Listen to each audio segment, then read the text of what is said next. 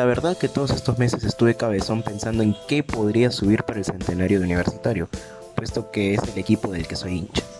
Así que finalmente decidí resubir un video que hice hace 7 años, ahora obviamente con más sucesos para mencionar, y de una mejor manera. Así que estos son los 5 mejores y peores momentos de Universitario de Deportes en sus 100 años de existencia. Sin más nada que decir, comencemos. Y es un justo campeón del torneo Clausura. Arrancamos con una de las peores pecheadas en la historia del club. Es que en serio, ¿cómo se te escapa un torneo en el que eras líder con 5 puntos de ventaja? No seas pen. Bueno, continuando con el video, cabe resaltar que fue en la fecha 9 donde se dio esta condición a favor de los cremas, tras haber ganado el clásico de esa jornada por 1-0.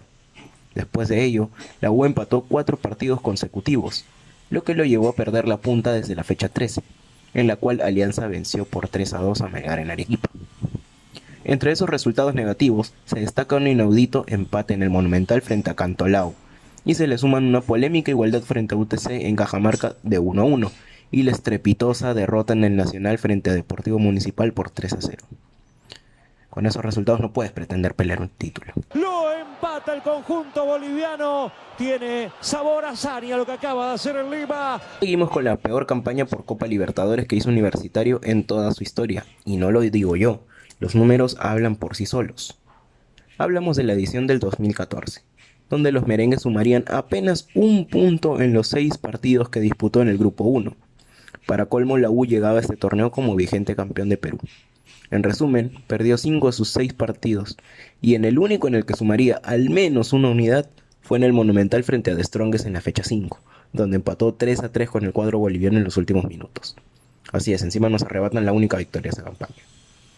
Nada más que agregar, es obvio por qué es la peor Libertadores de los cremas en la historia de la competición. Un golpe monumental, una hazaña que se va a recordar por tiempo. Siguiendo con las participaciones internacionales de Universitario, vamos con una peor, la eliminación en la segunda fase previa a manos del Deportivo Capiatá de Paraguay. Muchos ni sabrán de qué equipo estoy hablando, no lo recuerdan, y los entiendo, hoy en día está en la segunda división de Paraguay, y para colmo en los últimos lugares. Bueno, continuando con esta historia, la ida en el país rioplatense fue para la U, quien venció al local por 3-1. Hasta ahí todo piola, todo normal. Sin embargo, la desgracia llega en el partido de vuelta en Lima, donde la visita se impone por 3-0, siendo superior durante los 90 minutos, cabe destacar. Eso creería yo que es lo más denigrante. De esta forma, el cuadro paraguayo dio vuelta a la eliminatoria y eliminaba a un irreconocible equipo merengue, siendo además la primera vez que un visitante remontaba un resultado de 2 goles en contra. El mayor desastre internacional del club, si me preguntan.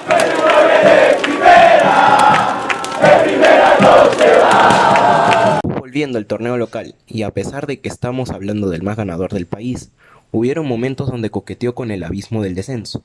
El más reciente fue en la Copa Movistar del 2018, donde gran parte del año estuvo en la zona roja, hasta que no solo se salva en los últimos partidos, sino que estuvo cerca de agarrar un cupo a la Copa Sudamericana del año siguiente.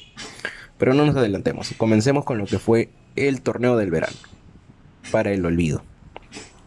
13 puntos en 14 encuentros, producto de 7 derrotas, 5 empates y apenas 2 victorias. Último lugar del grupo A y sin técnico para la apertura, nada más que añadir. Pasando a lo que sería el torneo apertura, y esperando a que sea una tremenda lavada de cara, terminó siendo igual de espantoso. Un 10º lugar, 18 puntos en 15 partidos, a raíz de 5 victorias, 6 empates y 4 victorias. Esto, si bien es cierto, ayudó a que la U se vaya alejando de los últimos lugares, pero a pesar de ello la sensación de peligro en los hinchas aún no se iba. Para el torneo clausura se le levantó el castigo impuesto a finales del 2017, el cual no le permitía contratar jugadores, consiguiendo así firmar a Pablo Lavandeira y a Germán Denis, jugadores que luego serían fundamentales en el resurgir merengue. Primero hablemos del punto de quiebre en esta historia, el cual fue en la fecha 6, cuando Ayacucho venció por 4-2 a Universitario, dejándolo en ese momento en zona de descenso, por lo que la U debía jugarse la vida frente a Sport Huancayo en Lima, y el resto de partidos obviamente. No solo logró vencer al cuadro huancaíno en el Nacional, con el único y recordado gol de Denis, sino que también lograría un invicto de 6 encuentros, en los cuales más destacaría la sufrida victoria frente a Unión Comercio por 2-1, el 1-0 a Binacional en Moquegua, el 2-0 frente a Sport Rosario, rival directo además, y el 2-1 frente a Sporting Cristal, en su mejor versión de la década pasada, en mi opinión. Ya con estos resultados no solo logró salvar la categoría a falta de 4 fechas, sino que se metió en la lucha por el clausura de ese año, hasta que las 2 derrotas consecutivas frente a Alianza y a Muni alejaron a los cremas de ese subobjetivo, por llamarlo de alguna forma. El tema era que el descenso ya no era algo de qué preocuparse. Aún así, fue un año de terror en ATE. Define la permanencia ya definitiva de Universitario y de Melgar. Sin embargo, el 2018 no fue el único año donde la dirigencia de turno casi manda al infierno a la U, puesto que el 2011 fue aún peor, aún y pudiendo contratar, rarísimo. Y seguro te preguntarás por qué, a pesar de poder contratar jugadores y sobre todo de los fichajes que se hicieron aquel año, el cuadro merengue terminó luchando el descenso hasta la última fecha. Bueno, la dirigencia se cansó de endeudar al club con respecto a los sueldos, pagos a la federación o a la agremiación de futbolistas, algo tan básico, por el amor de Dios. O lo peor de todo, pésima organización en la utilería y en las planillas. Estoy seguro que ni un club de Copa Perú se manejó tan mal como la U en aquel año y en 2012, mamita querida. Para colmo, el presidente de aquel entonces dijo que íbamos a hacer como el Barcelona, Dios santo, a un punto de irnos a segunda, maldito idiota. Pero bueno, lo único positivo de todo es que no ocurrió, pero estuvo muy cerca de ocurrir. ¡Con 9, sí! ¡Con 9! Nustrac agregó la eliminación de la primera fase previa de la Copa Libertadores 2018 a manos del Oriente Petrolero de Bolivia. ¿Cómo sales así, Fernández, Dios? La verdad no fue algo tan humillante al tratarse de un plantel de la U muy pobre, por algo luchó el descenso ese año, pero qué duda cabe que es muy negativo quedarse afuera de forma tan temprana en un torneo internacional. Y por último incluyo la final del 2020, perdida frente a Cristal. Más que todo porque se derrumbó la creencia de que la U no pierde finales y todo ello. Dentro de todo fue la mejor campaña universitaria después de 2013, así que no hay que menospreciar tanto aquel 2020 de los cremas. ¡Atajó Luis Ontov, impresionante! Respecto a los mejores momentos, arrancamos con la mejor campaña que hizo Universitario en el siglo XXI, la Copa Libertadores del 2010.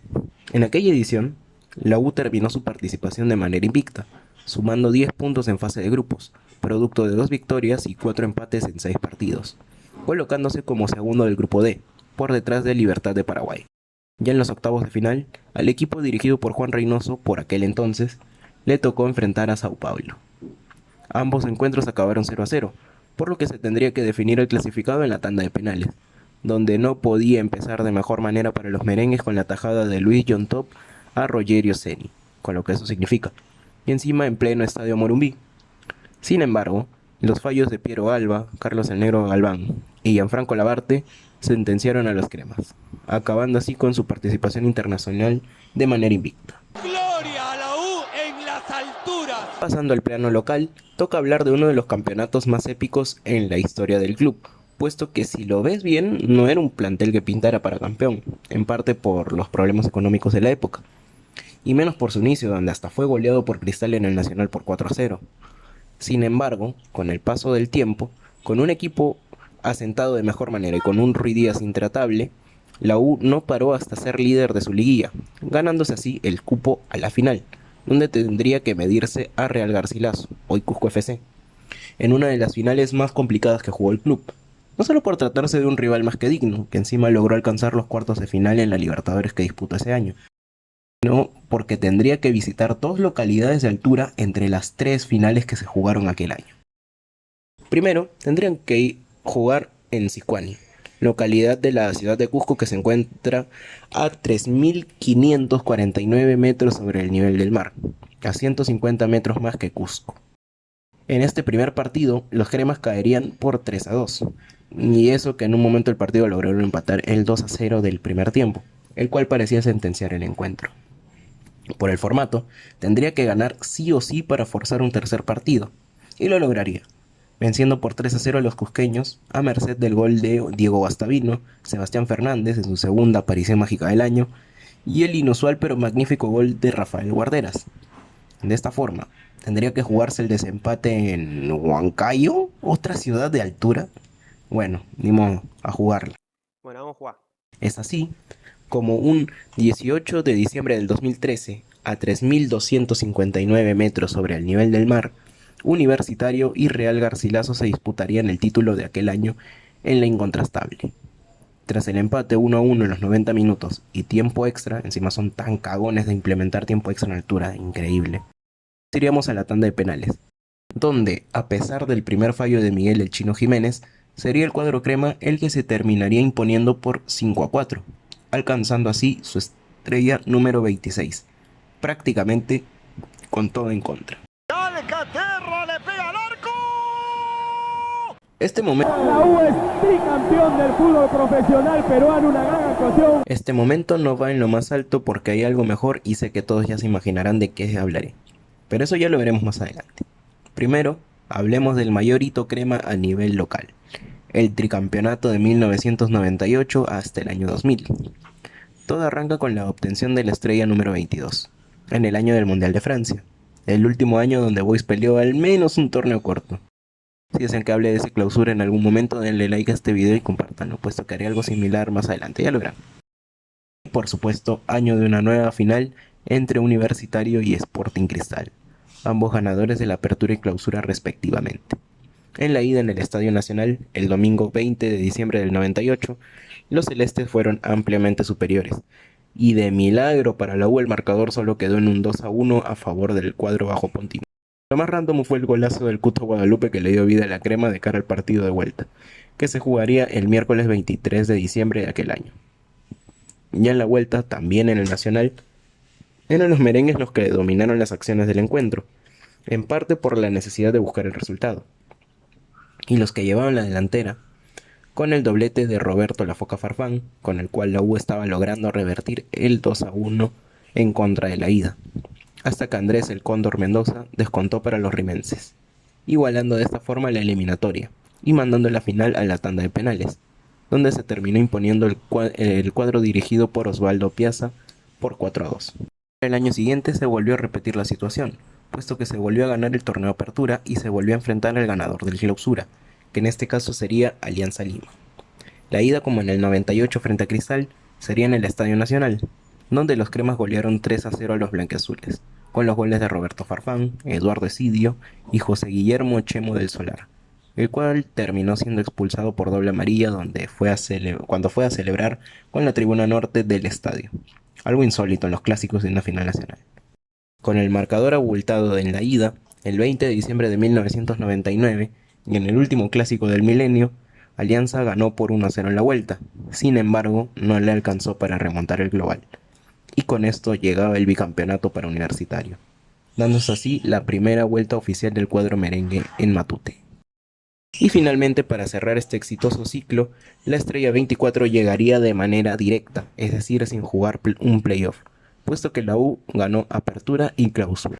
Lo más resaltante sucedería en el primer torneo corto del año, en el cual los cremas se lo llevarían por 7 puntos de ventaja por encima de su más cercano perseguidor, y en gran parte gracias al histórico triunfo frente a Unión Minas en Cerro de Pasco, a 4.300 metros sobre el nivel del mar, por 2-1, remontando además el 1-0 inicial del local en 5 minutos, con un doblete de Luis Alberto Beto Carranza. Para el segundo gol, cabe resaltar, el argentino se quedó sin aire, tras tremenda corrida que se mandó, pero bueno, valió la pena. El clausura sería un poco más peleado, pero de igual forma, el equipo dirigido por Roberto Chale demostró su superioridad y también sería ganador del mismo. Entre lo más destacado, la goleada por 4-1 Alianza en el Nacional y el 5-0 frente a Juan Aurich en la última fecha, la cual solo fue el plato de entrada para todos los asistentes al Estadio Monumental, puesto que era prácticamente un hecho que el campeonato se pintaría de crema por tercer año consecutivo, con 100 puntos y 94 goles a favor en 44 encuentros disputados. Números de ensueño.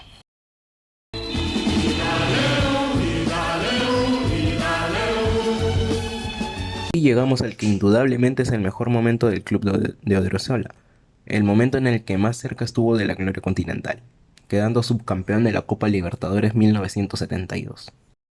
Empezamos con lo que fue la fase de grupos, donde la U lideró el grupo 4 para de esta forma alcanzar las semifinales con 8 puntos, producto de 3 victorias, 2 empates y una sola derrota.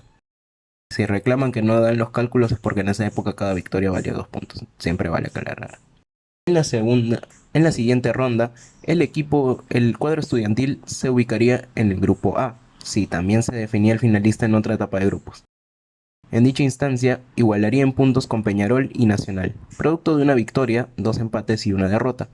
Sin embargo, la diferencia de goles lo clasificaría a la final, puesto que sería líder al tener +2, mientras que el Bolso tenía 0 y el Manja -2, con respecto a la diferencia de goles.